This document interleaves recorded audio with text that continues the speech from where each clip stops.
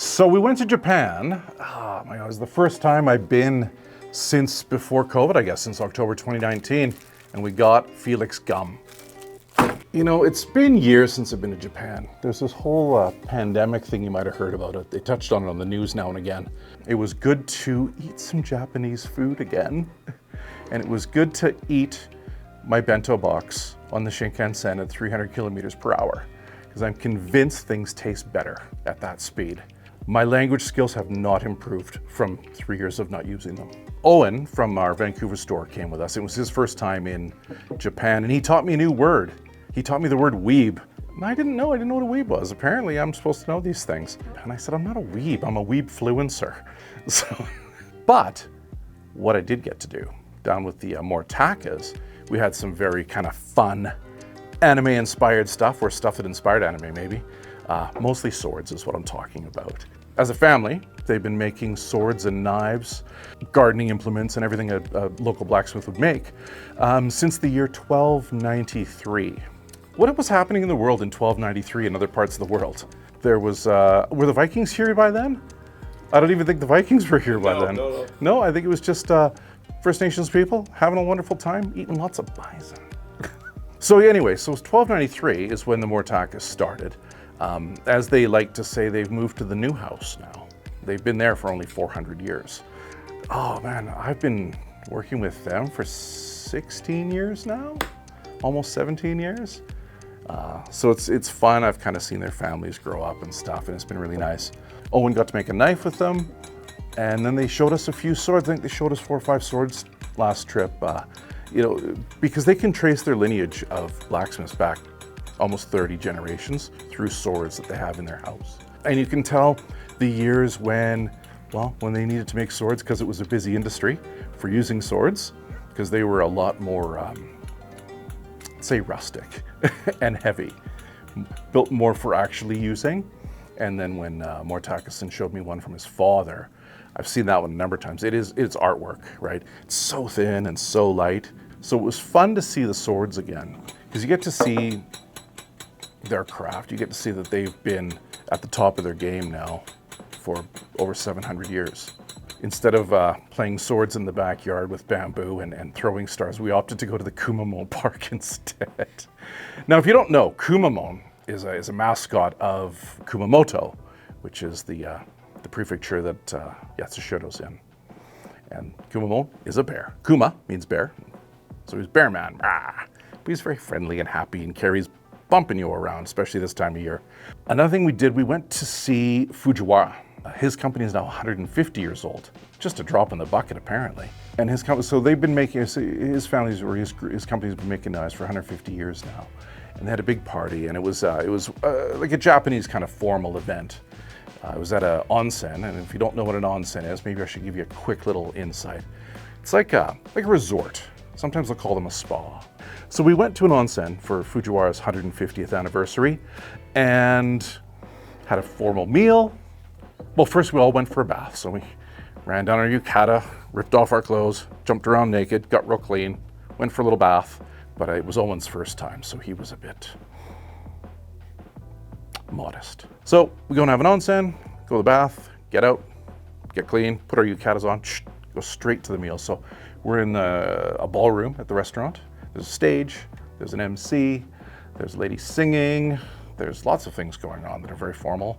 They had the big sake barrel. I don't even know what to call it. It looks like a wooden keg of sake, like Nihonshu. And there's a way to cut it open, and then Fujiwara and his son and some other people got up on stage, and they used these hammers in a stylized way, kind of all drummed the top until the top broke. And then we all got a little square lacquered cup of the Nihonshu from it. It was delicious, actually. I'm a big fan. So we're having this wonderful adventure. We're drinking some sake. Next thing I know, Owen and I are called up on stage to do something. I still don't really understand what we do, but I do know what we did. We grabbed a bottle of beer, and we had a knife, and we had to tap the bottle of beer 3 times in unison. Owen, me, and myself, and our teacher. He wanted us to kneel on the stage like he was the teacher and we're the pupils, so we had to.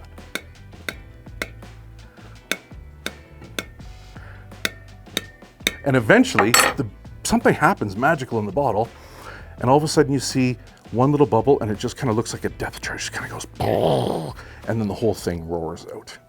Everybody cheered! And then Owen took his 600 ml bottle and went, God! Emptied the whole thing. And the place exploded. And then we played Fujiwara Bingo, and I won. Big news from the Fujiwara shop front. No, there's no news.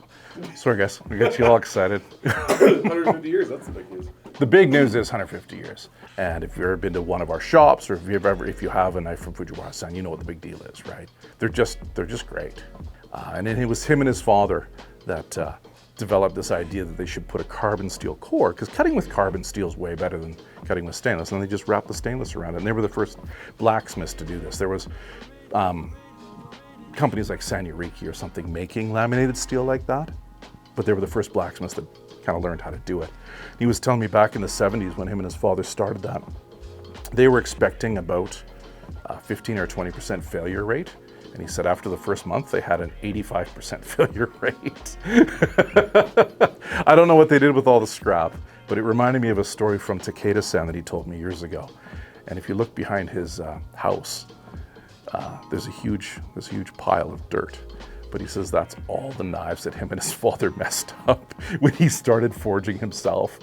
Because Takeda-san was never interested in being a blacksmith until he was about almost 30. I think he said he was 26 or 27 when he decided, oh, maybe this is the life I want. And he said he wasn't a naturally skilled blacksmith at first. He says there's just a mountain. It is literally a mountain behind his house. It's just all knives that he screwed up, and he's buried them in the backyard. Little mountain of shame. It has been years since I've been to Sakai. Yeah, I don't even think I went in 2019. Like it's been a long time since I've been in Sakai, and it was nice to be back.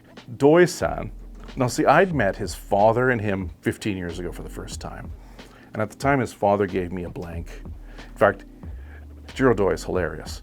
He did one of the famous blacksmith jokes of picking up a knife that was just in the dirt that doesn't look to our eyes hot because there's no color. And he picked it up like it was nothing and handed it to me. He's like, here's a present for you so you can remember me. And I grabbed it and dropped it on the floor. Now at the time I'd been a chef. In my hands, I could actually grab hot things out of ovens and things. Like, I could touch hot things. Man, that steel burnt me. Blacksmiths have a whole different level of the kind of hot things they can touch.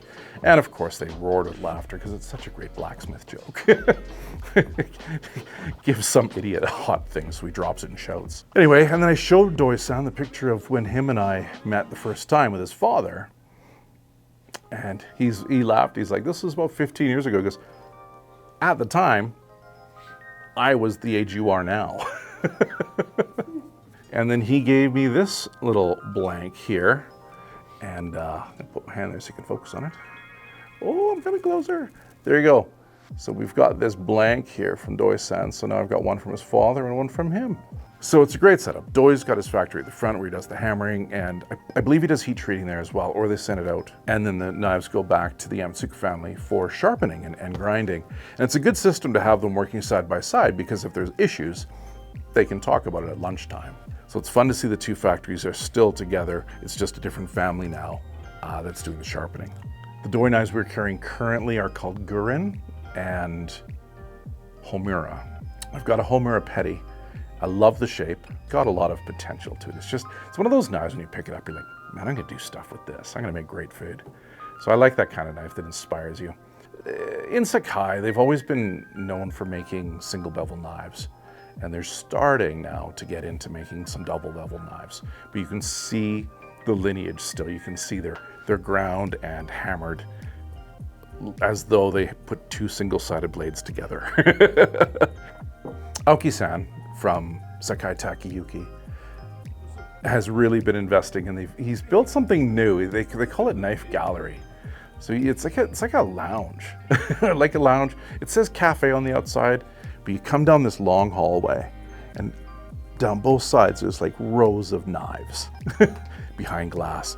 And you get in, and it's like a really dark, I don't know, like let's call it a nightclub or a lounge, something like that. There's just walls of knives. Like every wall you look at, there's knives on it. All black, and all the walls are full of knives. everywhere you look, it's like knife, knife, knife, knife, knife, knife, knife. Right from petties all the way up to Megarabocho. So it's fun to see that they're investing in the industry like that. You know, Kazuki and Sakai Takayuki have always been really involved in the kitchen knife museum that's in that area. But also now he's built this lounge so you can go to and have a beer. So when we're in Sakai, we met some people that I hadn't met yet. So Naoto's worked really hard to find us some new suppliers during the COVID times, right? When nobody was going there. And I know Naoto's been there a couple times now to meet some of these people, but one of the groups we met was H&K. Here's a couple knives from them. So these are called Hatsukokoro, these knives. So this one's mine. We're gonna have a look at it. I'm not allowed to tell you who made it, but I'm allowed to show you the knife. And if I do this just right, you might see a little reflection, a little flash of light. Maybe. But look at this. Right here, there is a little engraving there. So Michiko, you might see her on Instagram. She usually engraves full blades. So she engraves debas because they're fatter, they're thicker, they're more robust. Because engraving a whole gyuto like this would warp the knife, and you would never get it straight again. But just a little feature like that, I think is so cool. I really like that. So we got the little sakura blossoms there. So that's kind of a fun one. And here's, actually we can look at the handle too. So here's new handles they've got here. A bunch of funky colors, but I don't know if you can see the shape there. Feels pretty cool in my hand actually. Here is something, so he had a bunch of samples there and he had a bunch of stuff. So I bought some garage sale knives. I always like to buy garage sale knives when I go on these trips. And he had a lot of samples there and some kind of stuff that they were getting from different blacksmiths. Do you think I can get this box open? Have I never opened a knife box before? They've already got care letters in them. So that's how efficient our team is. Oh, it's even got a number on. So this is garage sale ready. Now, if we look at this, we can see this side here, the Damascus is very uniform. But on this side, you can see the Tamagane is exposed a bit too much, right? So this knife here is a second, so it's and the price will reflect that too. That's the great thing about garage sales. We can buy knives like this that are, the only fault is aesthetic. Like it's an aesthetic problem, it's not a use problem, it's not a forging problem really, just from a looking point of view. So the garage sale is great for that because we can buy these things and then everybody that maybe a young chef that really wants a hot knife, but maybe can't afford this one, but maybe can afford the B grade. You know, I can't afford a Ferrari, but a Ferrari with a big dent in it and some rust, I might be able to afford. Hado knives. So I hadn't met the guys from Hado. Maruyama-san. Hado knives are interesting actually because they, it's not a knife company.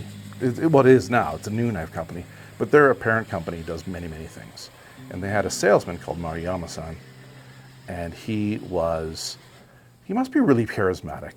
And I think they must have a really forward-thinking bosses there because he didn't want to be a salesman anymore. He wanted to be a knife sharpener. So they said, okay, we'll send you to school and come back and we'll start a knife company around you. Wild, wild, blows my mind. I love the packaging. I love the little drawing on the outside. But what's really great, look how nice this packaging is, right? This one's a special edition. We've got a irushi or lacquered handle. You can see that there.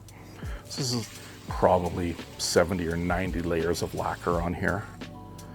And look at that rad shape. Like a little kobunka.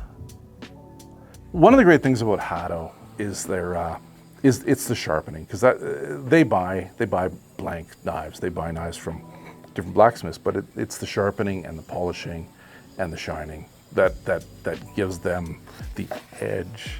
Anyway, this one here I bought for me. So check this out though. Come on, who doesn't want this knife? Hand-forged Damascus with Kurochi and this wild handle. So this handle is actually cherry bark. they've made a cherry wood handle and then put lamination, bark lamination on the outside and then lacquered it. I've never seen a handle like this. And when I saw that blade, I was like, wow, this is coming home with me. I have to make a confession, and we'll shoot a video one day about my knife collection at home, but I have to, sorry, I had to pass the knife over to Sky. She's demanding, that's mine, Sky. It's my knife. Anyway, we're gonna do a video about my knife collection one day, and I have to be honest, I don't know how many there is, but if you ever looked at my knife collection, at no point would you go, that's a reasonable number of knives. God, I'm lucky I've got this job. Let's look at some more knives. I was in Fukui, the town, I guess you might know it as Takefu. So this is a knife from Matsutani. And I don't know why I'm showing you this, because the problem is they don't make this knife anymore and they won't be. But, it's Origami Super with stainless steel cladding. And there we go. That's my knife. And a nice handle from Yamakin. And a little tag here that says important things. What I love about the Matsutani knives is they are efficient. Grinding tools that, you know, and they've got calipers that measure up to whatever a very small amount is. I don't know. What are these measurements? I don't know the science stuff. They've really embraced science for all parts of their production. And they're fast and they're clean and they're efficient. And this is why we can get such great knives from Matsutani-san that don't break the bank.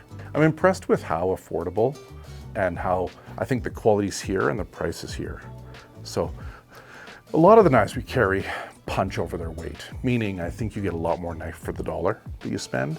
And Matsutani is one of those for sure. But in Echizen, I got to meet up again with my buddy Shibata-san. So Shibata owns Masakagi knives. He has lots of companies. And the newest, well, the weirdest one, Tinker. So he makes these Tinker knives, usually with a Aketa-san. So Aketa-san will forge the knives at Knife Village, and then Shiba polishes them, grinds, sharpens, engraves, puts a handle on. But he makes really super limited numbers. So you might have heard of things like the Tank, or the Shark Tooth Deba, or this one's Saber Tooth, I believe is the name of this. And he's actually gonna put my name on it too, which was nice.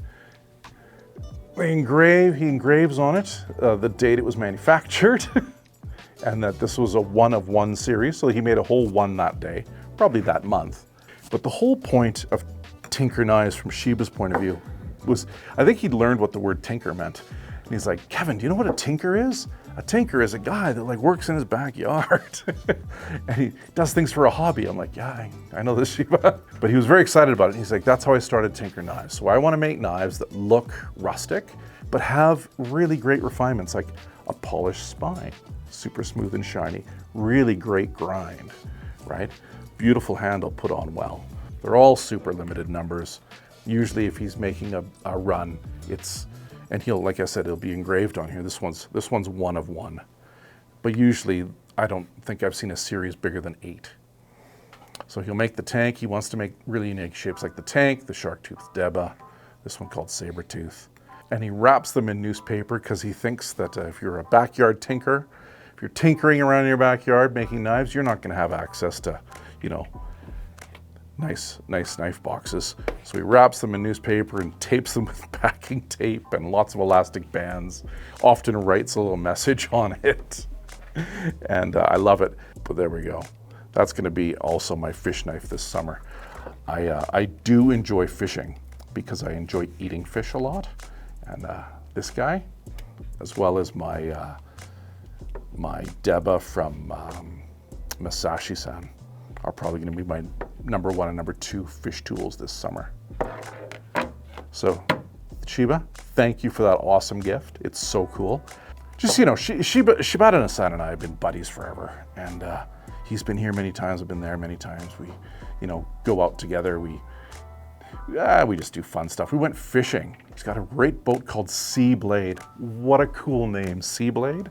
Come on. And we took the boat out and we went fishing. And I would like you to know that if you're a vegan and you're against fishing and hunting and eating animal flesh, do not worry. our fishing adventure harmed and disturbed 0 fish. Not one fish noticed that we were there. We did go to this really small island and found a French restaurant. Now, I don't know who Felix is, but he looks like a black cat. And I have got Felix gum here that we're gonna try, because this was given to me as a gift at a restaurant we ate at. I went to a Hiroshima Carps themed restaurant. It's the Hiroshima Carps, the baseball team. And the family that owns this restaurant loves the Carps. Everything, Carps, posters everywhere. Now my new favorite restaurant in the world is a Carps themed restaurant. And Shibata says, I'm gonna take you to this place. And he goes, it's a really unique place, a very local place, but it doesn't, he says, it doesn't have a menu. I said, oh, that's my favorite kind of place. He goes, yeah, they only serve one thing. It's ramen. So we get there, and it is a greasy spoon. Like it's just a dirty diner. It's great. We come in. There's a group of like blue collar guys. There's 5 of them, and they've clearly had a few asahi. They're having a great time. And then Owen, Shibata-san, and I pull in. We sit down, and Shiba says, "Yeah, there is no menu. They only serve one thing, and it serves 3. That's a unique business plan. That the one item you serve is for 3 people." And I said, 3? I said, but then there's these 2 girls sitting beside us, and Shiba just goes, "Oh, they have a big challenge." So this is my new favorite restaurant in the world. It's outstanding. I've never had anything like it. So it's Don Abe is the thing. So they drop it's like an aluminum nabe pan on the burner in front of you, and in it is some dashi that they've cooked tripe in. So they've boiled tripe all day till it's really tender. So small pieces of tripe. There's pieces of potato, raw potato at the time. Lots of onion in the tripey dashi. And I just turn it on, and I'm like, well, this will be interesting. This doesn't look like it's super flavorful. But then the chef comes over and he grabs, they've got like a Tupperware, like a plastic container, rips the top off, and it's all those Korean chili flakes. Looks just like the Korean chili flakes. And he gets a scoop, and it's about, I'd say it's about 2/3 of a cup. And he puts one big, like overflowing plop in the thing, and then one for me, and then one for Owen. I was like, oh my God. But we're in Japan, and I know the Japanese palate's a bit more sensitive, so I'm assuming it's not gonna be that hot, because I've been out for some spicy food with Shibata in the past, food that I didn't think was spicy, but it made him sweat. And I thought, oh my goodness, what have we done? He put like 3 massive scoops of chilies into the soup. So we let it boil for a bit, and then we just kind of start scooping some out into our bowls and eat the tripe and waiting for the potatoes to cook. We're eating the onions, the cabbage that was in it, and then drinking the soup. Man, it's spicy, okay? But it's not like light your hair on spicy. It's not like Thailand spicy that really lit me up a few times. Hair on fire, running down the street screaming. It wasn't that kind of spicy. This was not that hot, this ramen that we're eating, which is nothing like ramen at all. It's nabe for 3 people. It's the only thing on the menu. They have a drinks menu. We had beer. So we're eating all the chunks out, and then the potatoes are cooked, and the potatoes are so good. They must have taken them out of the ground that morning. And then when we kind of finished up most of the tripe and all the potatoes, chef came over after that, and he's got 3 eggs. And he just cracks 3 eggs into the pot and then dumps more chilies on. And then says, how do you want them poached? Soft, medium, or hard? So we said, medium, probably be good, because we don't have anything to put, it's just a bowl.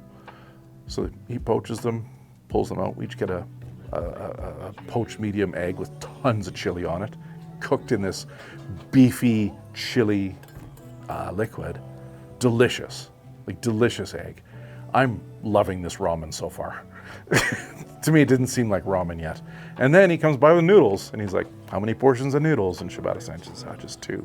So he throws 2 portions of noodles in the pot, and he's like, eat it right away. So we just dug them out and ate them right away. And there was a few stragglers at the end, and after I ate them, I was like, oh, he's right. They're better at the beginning. Great ramen, super spicy, great noodles. Make them in-house. And I was like, okay, well, I guess that's the ramen part. Okay, so I can accept this as ramen. And so we had a poached egg, but a bunch of tripe, and a ton of spice. I eventually got some ramen noodles. I'm like, oh, this is ramen. And then he comes by with rice. He's got rice and a bunch of negi, like the green onions, and sliced garlic, and egg. So in the bowl with the rice, he cracks the egg in, puts some more chili. there's the green onions or negi and the sliced garlic, mixes all that up and then dumps that in the pot and mixes it all up and just keeps stirring it until it just kind of turns into like, I've had this kind of similar dish in Japan before. They like to say, oh, it's Japanese risotto. Like a really kind of firm rice pudding sort of texture. And then we're eating that. I'm like, my God, this is amazing. Right? It's like the best meal I had. And then at the end, you get soft serve ice cream. It's my favorite ramen store. And then on our way out, because I gave them a good shout and I said, you know, go carps. And then the chef and the mom came out and they were so excited. They asked me where I was from and everything like that. And then they gave me a package of Felix gum. So I'm gonna take out my handy folding Saji Santoku, because clearly that's the knife I travel with in my back pocket at all times. Does anybody want some Felix gum?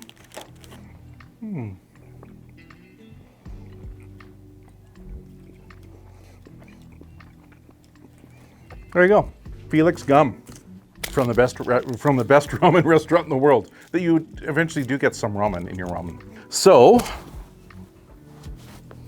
if you know anything about Knifewear, you know that we have been selling knives from Takefu Knife Village in Echizen for a long time. There's Kato's new shirt. Look at my new Kato shirt. Hey! So Kato-san, Andrew-san, and Kurosaki-san are the guys we first started buying knives from in Takefu. Kato and Andrew have retired. New Kato has taken over. Iketa's taken over for Andrew-san. Had super fun out there. Yamakin, the handle maker, has opened a little showroom in the industrial area where a bunch of blacksmiths work. So I don't know what the showroom's for. But he has some really cool handles. So if you have handles from any knife in Echizen or Takefu, you've got a Yamakin handle on it. Also knives from Moritaka and Takeda. I'll use Yamakin handles. Because I went and bought 3 little sample handles from them because they were so cute. But they are lacquered handles because Yamakin company, Yamamoto, his wife, is a lacquer artist and a painter. So she does these handles, and I thought they were just wild. Here, I'll show you these in a sec. Actually, maybe we can just like zoom in on them this way. But I bought these because I thought they were super unique. So we've got these really wild, what are they? So we've got these 3 really unique handles made with urushi or lacquer. And this cute one, look at that, with a fish on it.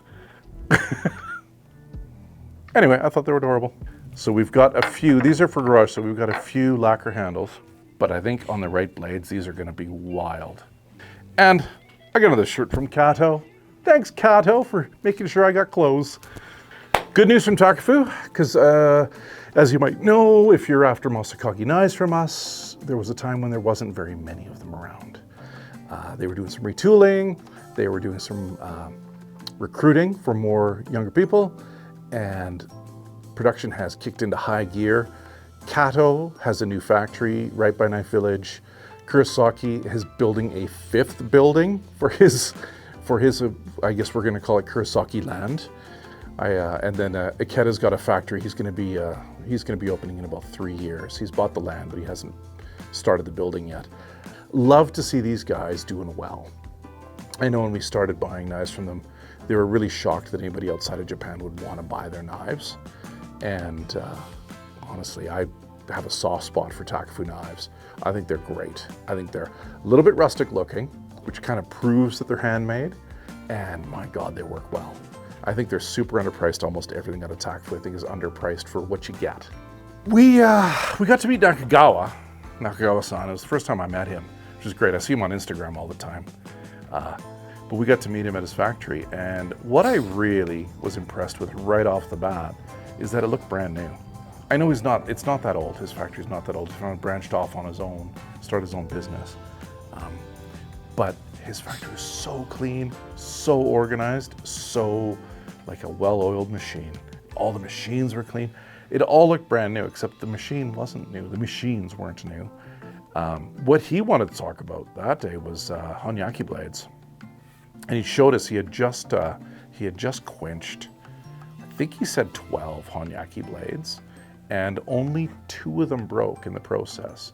So a Honyaki blade is the, well, I guess it's based on the way that swords were made, right? So swords and kitchen knives are made slightly differently.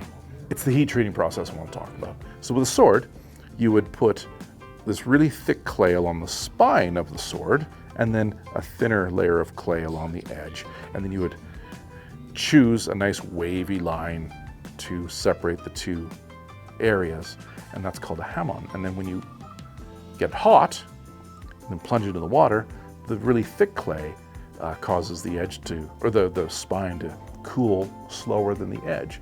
The faster it cools, the harder it gets. So the edge is really hard and the spine will be softer.